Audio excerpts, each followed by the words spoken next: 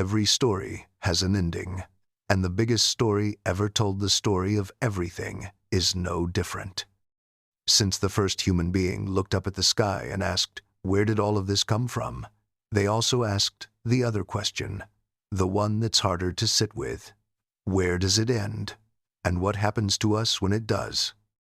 Every civilization in the history of this planet has answered that question. Not one has left it unanswered. From the frozen north, where Vikings watched for the first signs of Ragnarok, to the deserts of Arabia, where prophets described the mountains turning to dust, to the jungles of Mesoamerica, where priests tracked the movements of Venus to calculate the death of the fifth sun. Everyone has seen the end coming. And here is what is extraordinary. Some of these traditions had zero contact with each other. Different continents, different languages, different gods, different centuries. And yet, across all of them, certain patterns emerge with such consistency that they feel less like mythology and more like a memory. A final battle, a trumpet or a signal, the dead returning, a judgment, a purification, and something on the other side. Today, we go through every major tradition, one by one. We look at what they actually say, not the pop culture version, not the Hollywood version, the actual texts, the actual theology. And at the end, we ask the question all of this is building toward. Are they all describing the same event, or just the same fear? Let's begin. Zoroastrianism, the world's first apocalypse. We start here again because the end of the world, as Western civilization imagines it, begins here. Zoroastrianism, the ancient Persian religion we introduced in our devil video, didn't just give the world its first real devil. It gave the world its first fully developed apocalypse narrative. Everything that Judaism, Christianity, and Islam say about the end of the world has roots, directly or indirectly, in what Zoroaster taught more than 3,000 years ago. Here's the Zoroastrian end of the world. History is a war. Ahura Mazda, the god of light, against Angra Mainyu, the spirit of destruction. This war has been going on since the beginning of time. It will not go on forever. At the end of history, a final savior figure called the Saoshyant will be born miraculously, of a virgin, and will lead the final battle against evil. Sound familiar? We'll come back to that. The dead will be resurrected. Every soul that ever lived will be gathered for a final judgment. And then comes something extraordinary. A river of molten metal will flow across the earth. For the righteous, it will feel like warm milk. For the wicked, it will be exactly what it looks like. But here's the Zoroastrian twist that almost no one knows. The torment of the wicked is not eternal. After a finite period of purification, after evil has been burned away, even the wicked are cleansed. Angra Mainyu himself is ultimately destroyed. Evil is not just defeated, it is annihilated from existence. And what remains is a renewed, perfect world. The earth is flat and beautiful. There is no more death, no more disease, no more cold. Humans live with the gods in eternal harmony. This template, final battle, resurrection of the dead, universal judgment, purification, renewed world, is the skeleton on which the Abrahamic apocalypses are built. The next time someone talks about the end of the world, they're almost certainly using a framework invented by ancient Persia. Judaism, the end that refuses to be only spiritual. Jewish eschatology, the theology of the end times, is ancient, varied, and far less fixated on a single dramatic apocalypse than most people assume. For most of Jewish history, the focus has not been on the end of the world, but on the transformation of this world.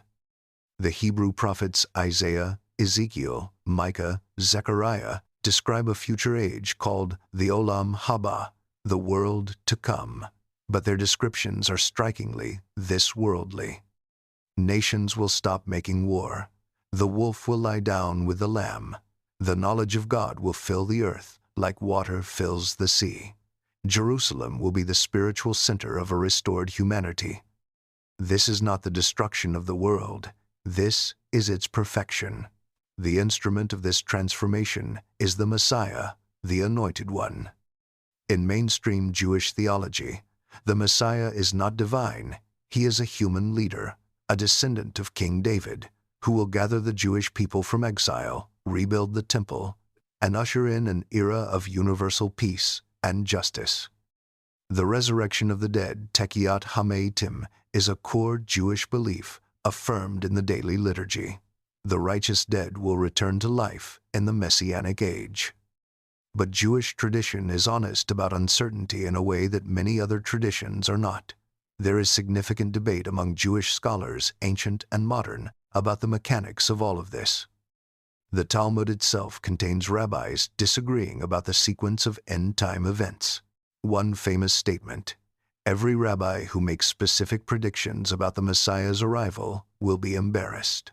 The end will come when it comes, and human speculation is almost beside the point. What matters is how you live now. The Messianic age is not just something that happens to the world, it is something the world builds toward, one act of justice and kindness at a time. Judaism's end of the world is the only one that makes human behavior a direct cause of its arrival. Christianity's 7 seals, 4 horsemen, and 2,000 years of predictions. No tradition has produced more apocalyptic energy, more books, more films, more predictions, more failed predictions than Christianity. The Christian end of the world is called the Second Coming of Christ, the Last Judgment, or simply the Apocalypse, from the Greek word meaning unveiling or revelation, and it comes with the most dramatic imagery in any religious text. The source is primarily the Book of Revelation, written by a figure called John on the island of Patmos, probably in the late 1st century CE. It is addressed to 7 churches under Roman persecution, written in dense symbolic language, numbers, beasts, visions that has been interpreted in wildly different ways for 2,000 years. Here's the broad sequence of events as Christianity describes them.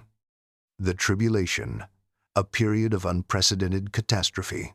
The 4 horsemen of the apocalypse ride: conquest, war, famine, and death. A third of humanity dies. The sun turns black. The moon turns blood red. Stars fall from the sky.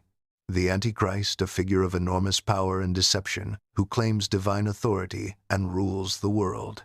The mark of the beast, 666, without which no one can buy or sell. The number is almost certainly a coded reference to the Roman Emperor Nero in the original text.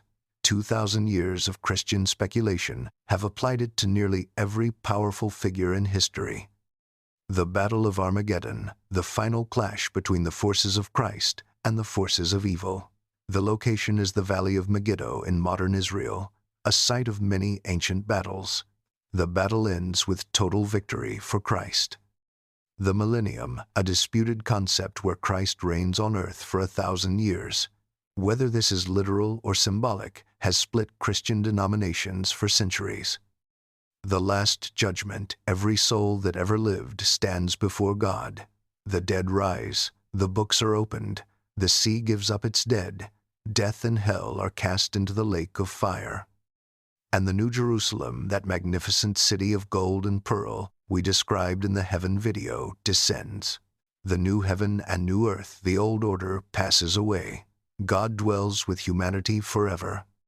What makes Christianity's apocalypse unique? It is intensely personal. Every individual soul is judged. Every action, every word, every hidden motive is accounted for. The end of the world is also the end of ambiguity, the moment when every injustice is finally addressed and every truth is finally known. And the timing? Jesus himself, in the Gospels, says, "No one knows the day or the hour, not the angels, not even the Son, only the Father." This has not stopped Christians from predicting it approximately every 20 years for 2 millennia. The track record, 0 for all of them.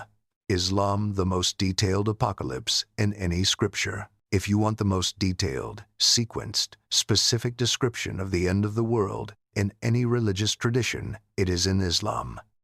The Quran and the Hadith together provide what Islamic scholars call the signs of the hour, a sequence of events, both minor and major, that will precede the Day of Judgment.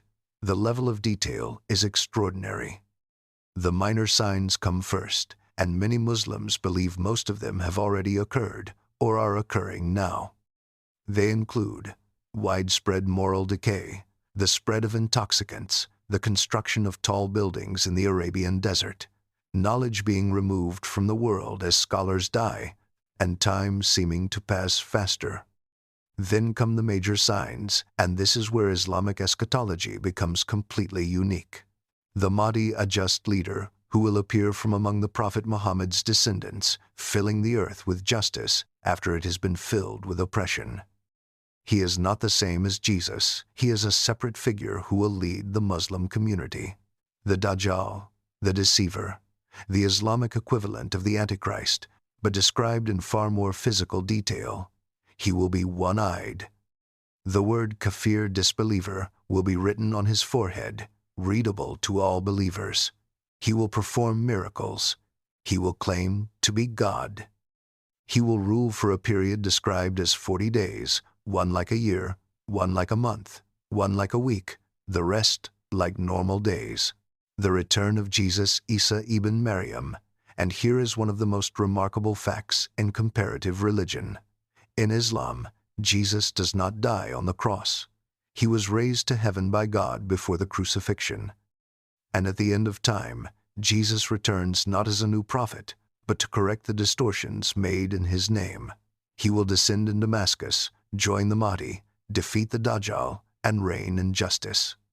Then, Gog and Magog, Yajuj wa Majuj, nations of chaos released upon the earth, consuming everything.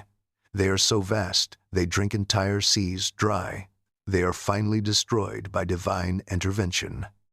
The 3 great earthquakes, one in the east, one in the west, one in Arabia, a great smoke covering the earth, the sun rising from the west, a beast from the earth that will mark believers and unbelievers. Then the trumpet of Israfil, the angel of resurrection, blown twice. On the first blast, everything living dies. On the second, everything dead returns to life. And then, the Day of Judgment. The Quran returns to this theme more than almost any other. Every soul stands alone before God. No soul can carry the burden of another. The deeds are weighed on the mizan, the cosmic scale. The record of every action is placed in the right hand of the saved and the left hand of the condemned. The sirat, a bridge thinner than a hair and sharper than a sword, must be crossed. The righteous cross in an instant. Others take longer. Some fall.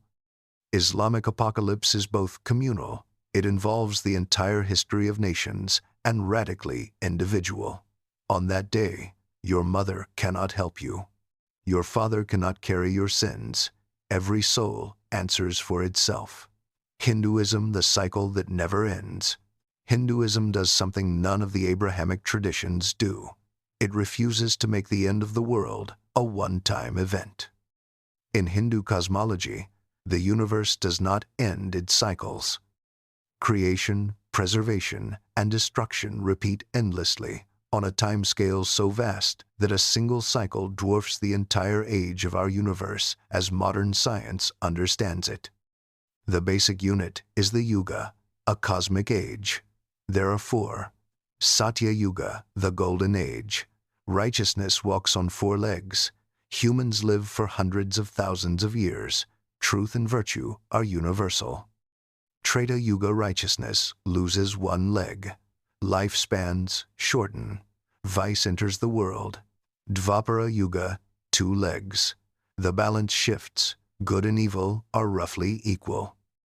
Kali Yuga, 1 leg. We are here now, according to Hindu tradition. The age of darkness, conflict, moral decay, and spiritual confusion. The Kali Yuga began by traditional calculation in 3102 BCE. It lasts 432,000 years. At the end of the Kali Yuga, the final avatar of Vishnu arrives. Kalki described as a warrior on a white horse, carrying a blazing sword, arriving to purge the world of corruption and tyranny. The world ends, is destroyed, and then after a period of rest, the Satya Yuga begins again. This cycle, 4 yugas, is called a Mahayuga.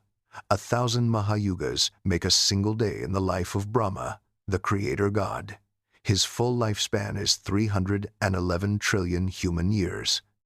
At the end of Brahma's life, the entire universe dissolves into the formless absolute Brahman, and after an equally vast rest, a new Brahma emerges and creation begins again. There is no final judgment in this system.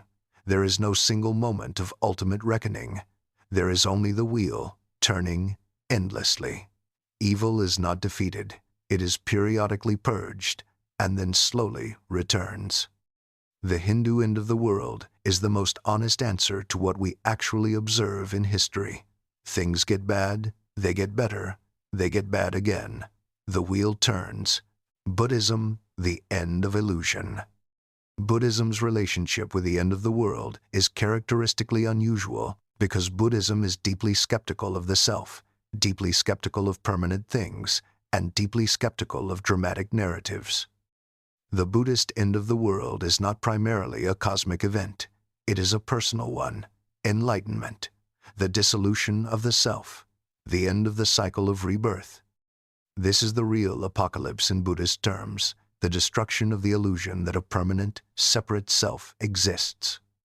But Buddhist tradition also has a cosmological end-of-the-world narrative, and it shares remarkable features with Hinduism, from which Buddhism emerged.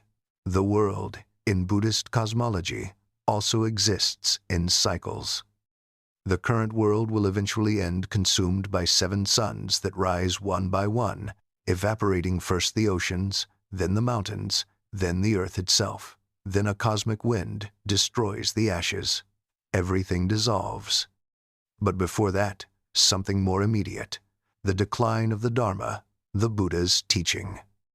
According to tradition, the Buddha's teachings will gradually be forgotten over a period of 5,000 years.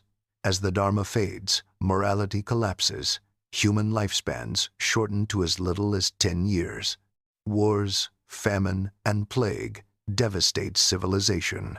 And then Maitreya appears, the future Buddha, a being of compassion who has been waiting in a heavenly realm, who descends to a world prepared to receive him, rediscovers the Dharma, and begins the teaching again. Buddhism's answer to the end of the world is, the teaching returns. Not a warrior on a horse, not a trumpet, not a judgment. A teacher sitting under a tree, beginning to speak again. Norse mythology Ragnarok, the most metal apocalypse ever written. If the other apocalypses are about judgment or renewal or cycles, Ragnarok is about something raw. It's about losing. Ragnarok in Old Norse, meaning twilight of the gods or doom of the powers, is not a story of ultimate triumph. It is a story of a universe that knows it's going to die, that sees it coming, and faces it anyway. The signs of Ragnarok begin with Fimbulwinter, 3 consecutive winters with no summer between them. The world freezes, food runs out, civilization collapses, humans turn on each other. Brothers kill brothers. The bonds of society dissolve. Then Loki breaks free from his underground prison. His monstrous children Fenrir, the wolf who swallows the sun, and Jormungandr, the world serpent who encircles the ocean, break their bonds. The ship Naglfar sets sail built from the fingernails and toenails of the dead. Heimdall blows the Gjallar horn, his warning trumpet, and the gods prepare for battle. The final confrontations are matched and merciless. Odin, the king of the gods, the Allfather, is swallowed whole by Fenrir, the wolf. His son Vidar avenges him immediately, tearing the wolf's jaws apart. Thor, the god of thunder, kills Jormungandr, the world serpent. He walks 9 steps and falls dead from its venom. Freyr, the god of fertility and sunshine, dies fighting the fire giant Surtur because he gave away his magic sword. He fights with an antler and still dies valiantly. Tyr and the hellhound Garm kill each other. Heimdall and Loki kill each other. Surtur then raises his sword, a sword described as brighter than the sun, and sets the world on fire. The earth sinks into the ocean. And then, silence. And then the earth rises again, green, renewed. The surviving gods meet in the ruins of Asgard. The children of the fallen heroes emerge. Two humans, Lif and Lifthrasir, who hid in the world tree Yggdrasil during the fire, emerge and repopulate the earth. The new world is free from the old corruptions. The endless cycle of war and pride that defined the age of the gods is over. What makes Ragnarok unlike any other apocalypse? The gods know it's coming. The prophecy is known. The gods cannot prevent it. They choose to fight anyway, not because they will win, but because fighting is what they are. This is not hope. This is something older than hope. This is courage without consolation. Ancient Greece, no apocalypse, and that's the point. Ancient Greece presents us with another remarkable absence. The Greeks had no apocalypse. Not really. There is no Greek equivalent of Ragnarok, or the Day of Judgment, or the Kali Yuga. The universe in Greek cosmology does not end. It is eternal and cyclical. The seasons return. The stars circle. The gods endure. The closest thing to a catastrophic end event in Greek myth is the Gigantomachy, the war between the Olympian gods and the giants, or the Titanomachy, the war that preceded it between the Olympians and the Titans. These are world-shaking battles that define the current order of things, but they are events in the past, not prophecies about the future.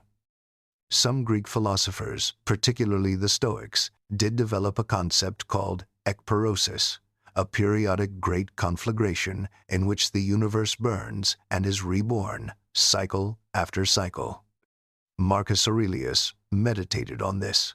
Everything that exists has existed before and will exist again. The individual life is a brief flicker in an infinite repetition. This is not terrifying to the Stoics. It is liberating.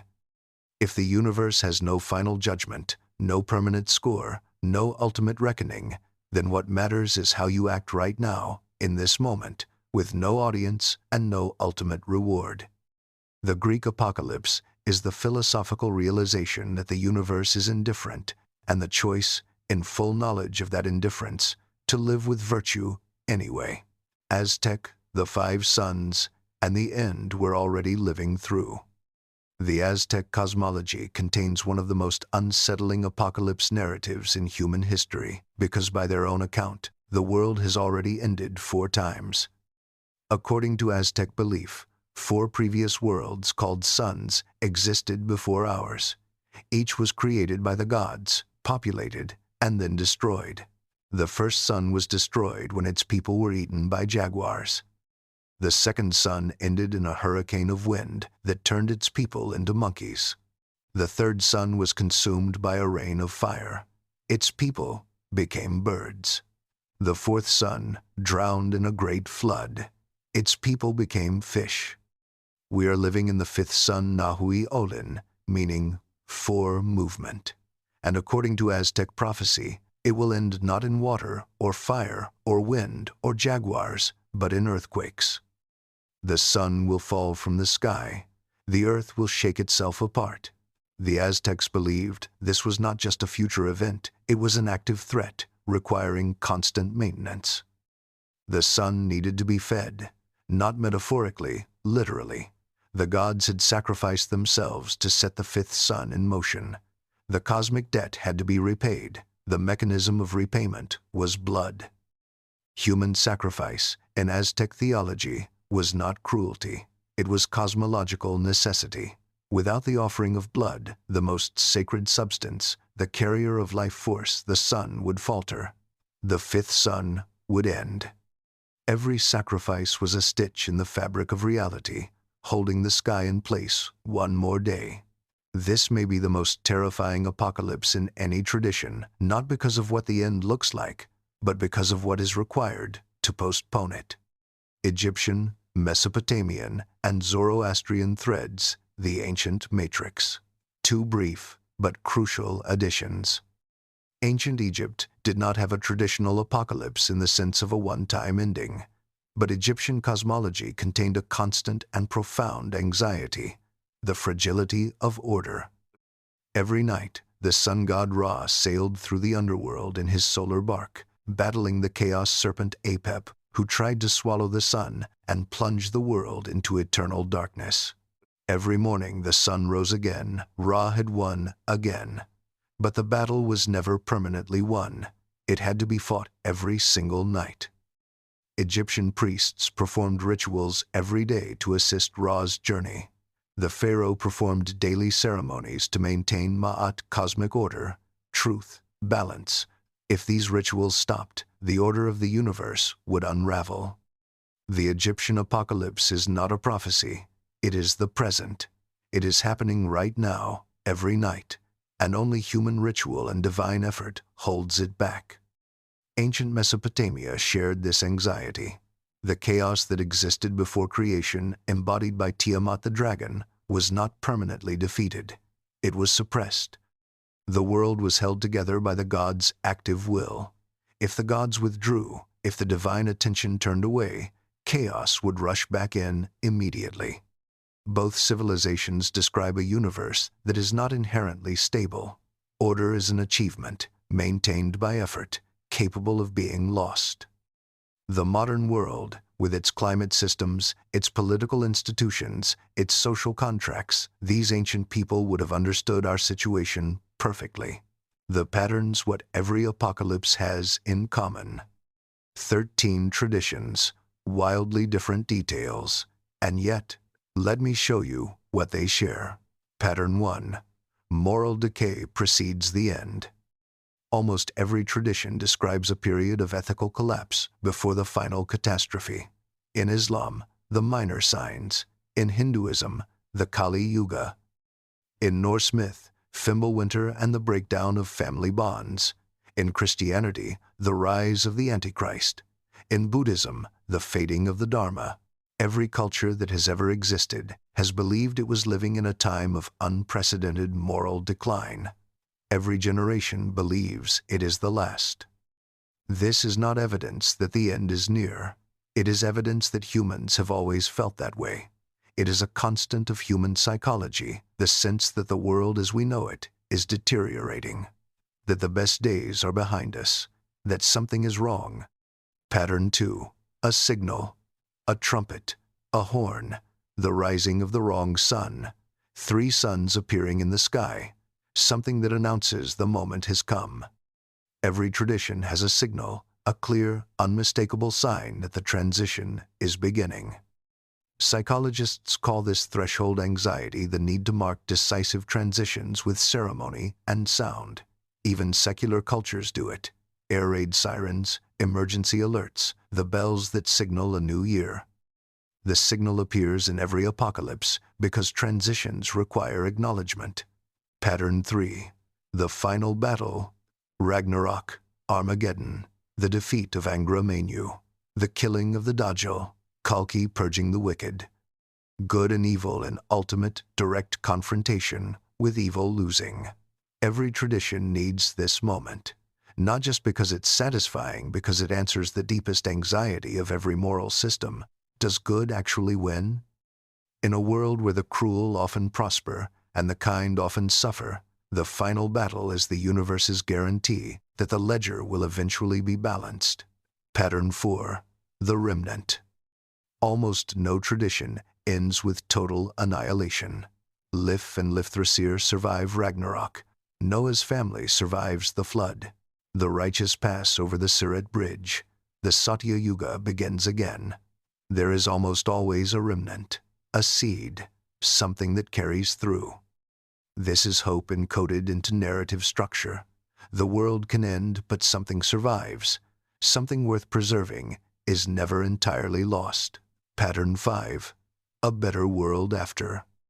The Zoroastrian renewed earth, the Christian New Jerusalem, the Islamic paradise, the next Satya Yuga. The post-Ragnarok world, rising green from the ocean. Almost every tradition places something better on the other side of catastrophe. This is the most important pattern, because it tells you what these stories are really about. They are not predictions, they are not history, they are not even warnings. They are promises. The world as it is unfair, brutal, temporary, is not the final word. There is something else, something better, and the destruction that feels like the end is actually the door. Every human being who has ever lived has had to answer the same question. Not, how did this begin, though that question matters, but, does it mean anything that it ends? The Zoroastrian said, yes, and evil will finally be destroyed. The Jew said, yes, and justice will finally come to this earth. The Christian said, yes, and every hidden truth will finally be known. The Muslim said, yes, and every soul will finally answer for itself. The Hindu said, yes, and the wheel will turn toward gold again. The Buddhist said, yes, and the teaching will return when the world is ready. The Norse said, yes, even if the gods die, the world begins again. The Greek said, perhaps it never ends, and that is its own kind of answer. The Aztec said, yes, and we are the ones who must hold it together. The Egyptian said, yes, and we are fighting for it right now, every single night. None of these traditions are naive about how hard the world is. All of them have looked at history, at empires falling, at children dying, at the apparently endless capacity of human beings to destroy each other, and refused to let that be the whole story. That refusal, that insistence that the story is not over, that the worst is not the last, that something better is coming or can be built, may be the most distinctively human thing there is. Not because it's provably true, but because no civilization that stopped believing it lasted very long. Here's what you walked away with today. Zoroastrianism invented the Western apocalypse framework: resurrection, judgment, purification, renewal. Judaism focuses on transformation of this world rather than its destruction. Christianity provides the most vivid imagery in the Book of Revelation. Islam offers the most sequenced and detailed end times narrative in any scripture. Hinduism places the apocalypse inside an infinite cycle. Buddhism makes it personal. The real end of the world is the end of your ego. Norse Ragnarok is unique gods and heroes who die knowing they will die and fight anyway. Greece, remarkably, refused the apocalypse entirely, and the Aztecs built their entire civilization around postponing it one day at a time. If this made you feel something, subscribe. We do this every week. Comment below. Which tradition's end of the world do you find most convincing or most comforting? And are those the same thing? I'll be reading every answer. See you at the end.